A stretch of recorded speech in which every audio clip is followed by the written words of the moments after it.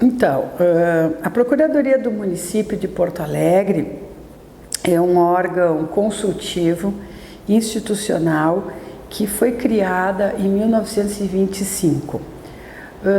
Na ocasião dos 90 anos da Procuradoria-Geral do Município de Porto Alegre, foi determinado para mim que fizesse uma pesquisa sobre a história desse órgão.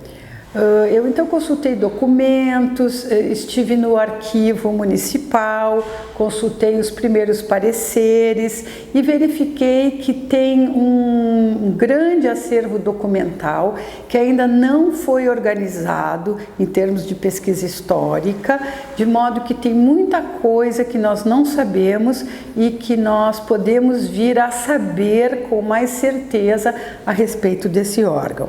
O que foi possível realizar, a pesquisa que foi possível realizar na época, em 2015, foi uma pesquisa inicial sobre a Procuradoria do Município desde a sua criação e foi possível verificar também uma hipótese que sujeita ao teste científico da hipótese, fez chegar a algumas conclusões. E a primeira hipótese é que o órgão jurídico da Prefeitura de Porto Alegre foi criado num ambiente institucional pós-Guerra Civil de 23 e que mesmo que os castilhistas, borgistas tivessem sido vencedores na disputa em 23, eles já estavam imprimindo na administração do Estado uma administração mais moderna.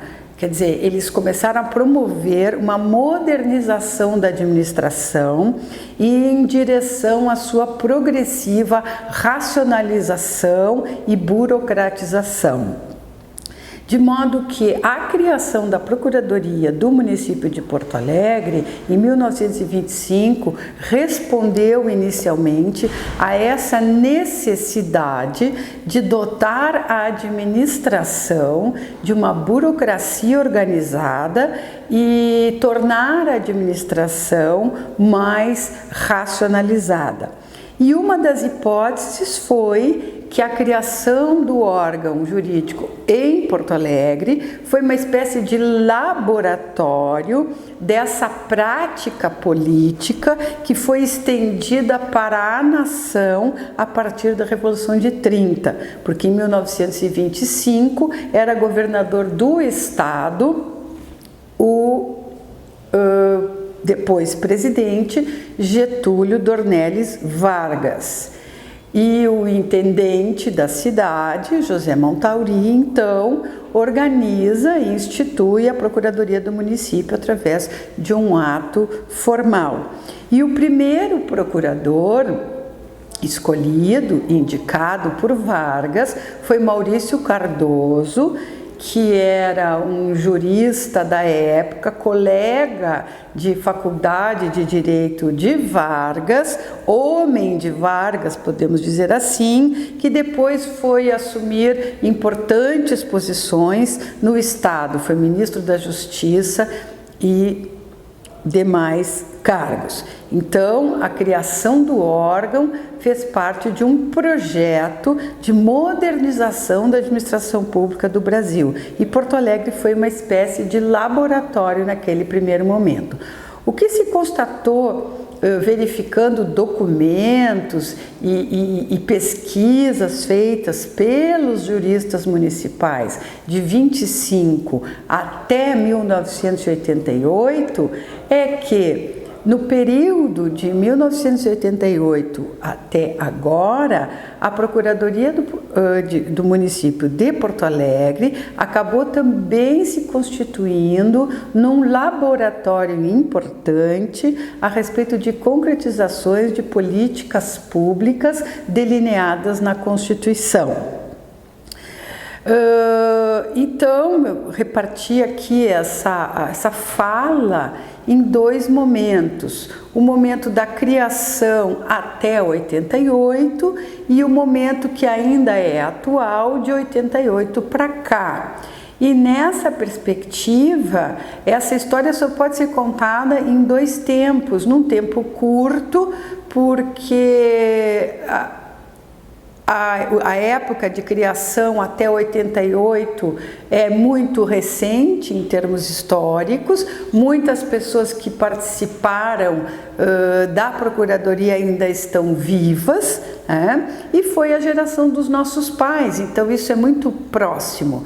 E esse segundo momento que está em curso, nesse trabalho que foi produzido por mim sobre a história da Procuradoria do Município, fica muito claro que o historiador, isto é, o investigador, o intérprete, ele também faz parte dos acontecimentos. Então é uma espécie de testemunho daquilo que se construiu de 88 para cá.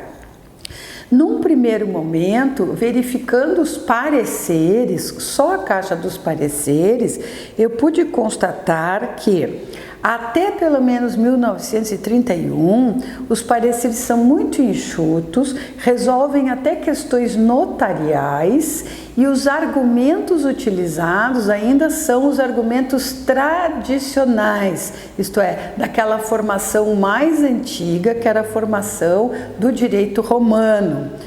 Me chamou a atenção que num parecer de setembro de 1925, o procurador de então, Maurício Cardoso, argumenta em relação a uma questão de propriedade, ele argumenta com as institutas do imperador Justiniano, isto é, ele argumenta com o direito romano em 1925.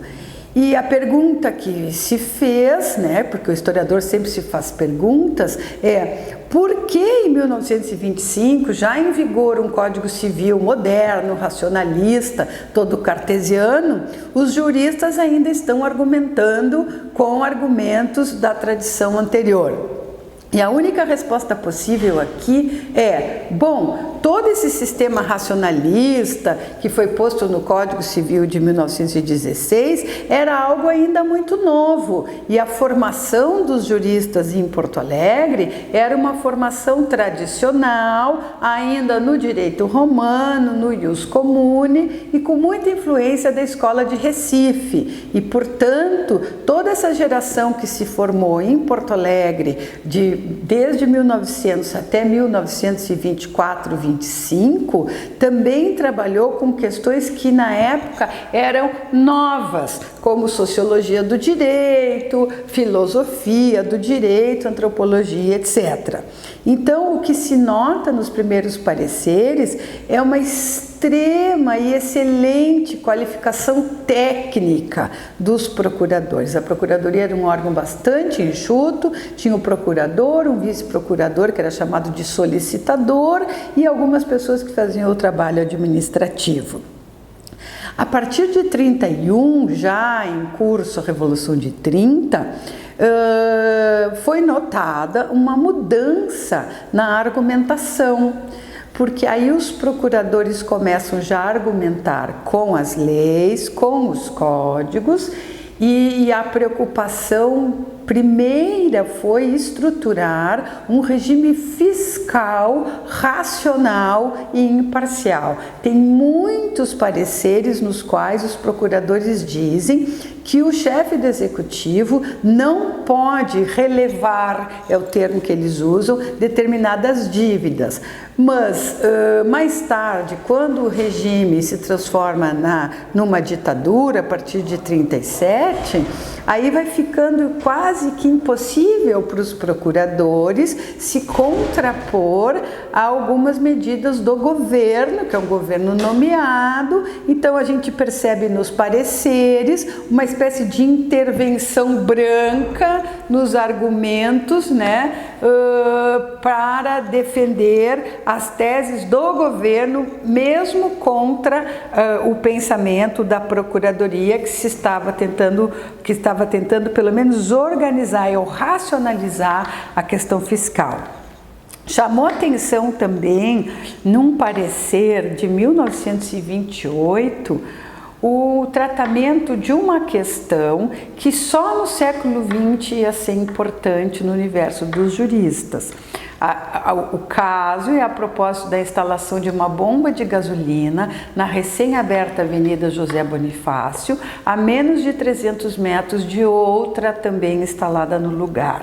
E o procurador, que é o Maurício Cardoso, argumenta que não se pode estabelecer outra bomba de gasolina no mesmo lugar, em razão da salubridade da vida dos munícipes e porque ali tem um parque. Então ele argumenta com argumentos de preservação do meio ambiente, algo que na época não estava no horizonte da discussão jurídica em nenhum lugar do mundo.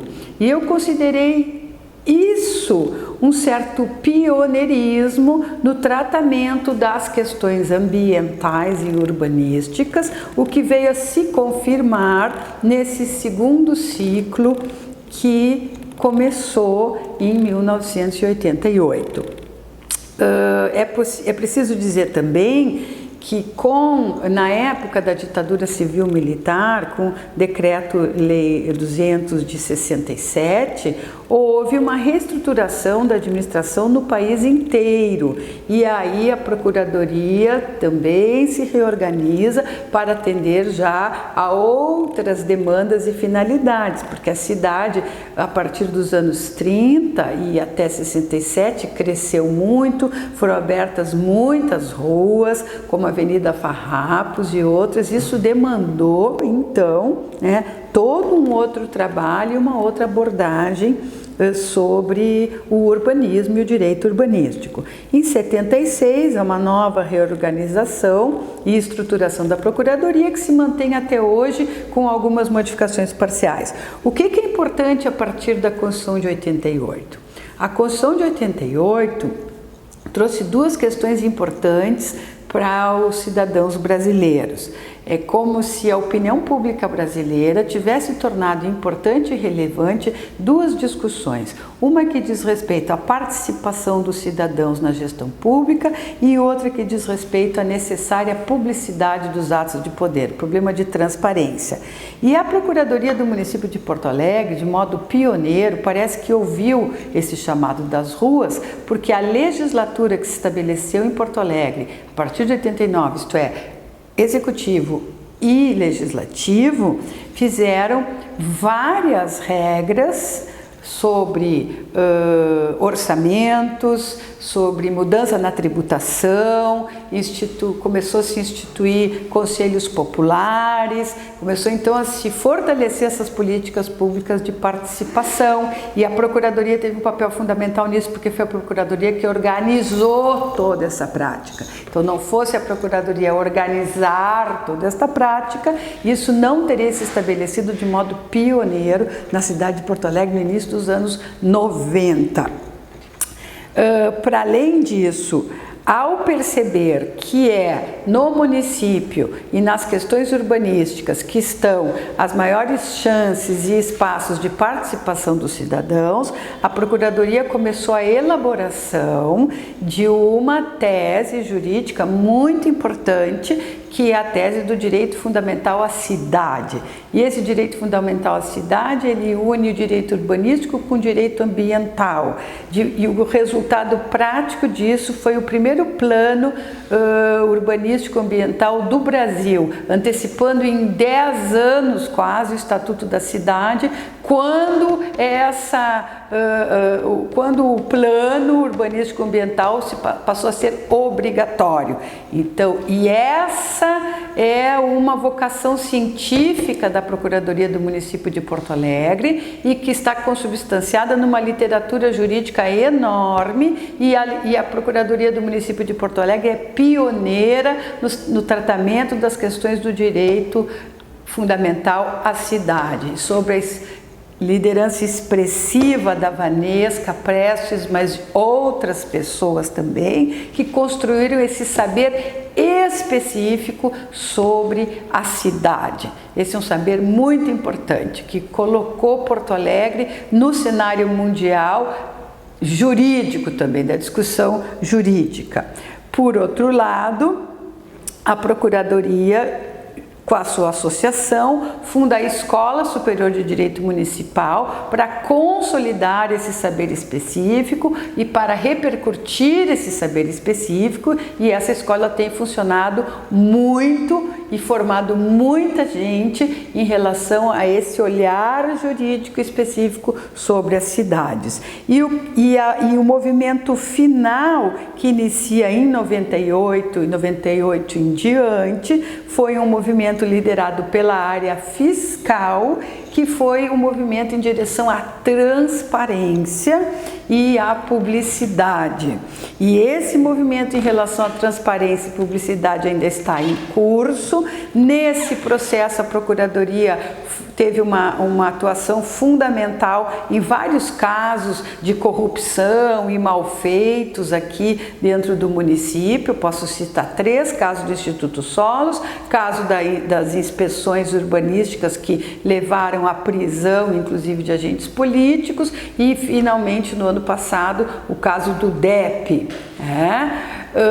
Então, esse movimento liderado pela área fiscal, por que ele foi liderado pela área fiscal? Porque se começou a ter a compreensão de que o problema da justiça fiscal tem que ser trazido para dentro da discussão. E um resultado prático desse movimento em relação à publicidade ou transparência foi a Lei de Processo Administrativo, que foi trabalhada pelos procuradores, o grupo de trabalho foi comandado por mim e pelo procurador Gamaliel Borges, e nós 2 ligados à área fiscal. Esse grupo de trabalho trabalhou 2 anos e o resultado foi a Lei de Processo Administrativo, a Lei 790 de 2016. Então, o desafio para o futuro agora está posto nesse acento: transparência, publicidade, combate à corrupção, do qual ontem até a professora Vanesca Prestes deu uma palestra sobre corrupção urbanística.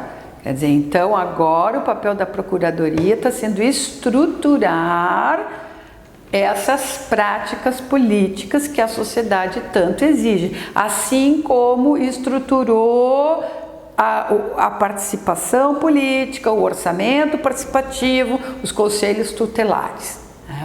Então, o que resultou, assim, num primeiro momento dessa pesquisa, é que advogado público é aquele que se interessa e que trabalha para o bem público, independente de estar vinculado a algum partido.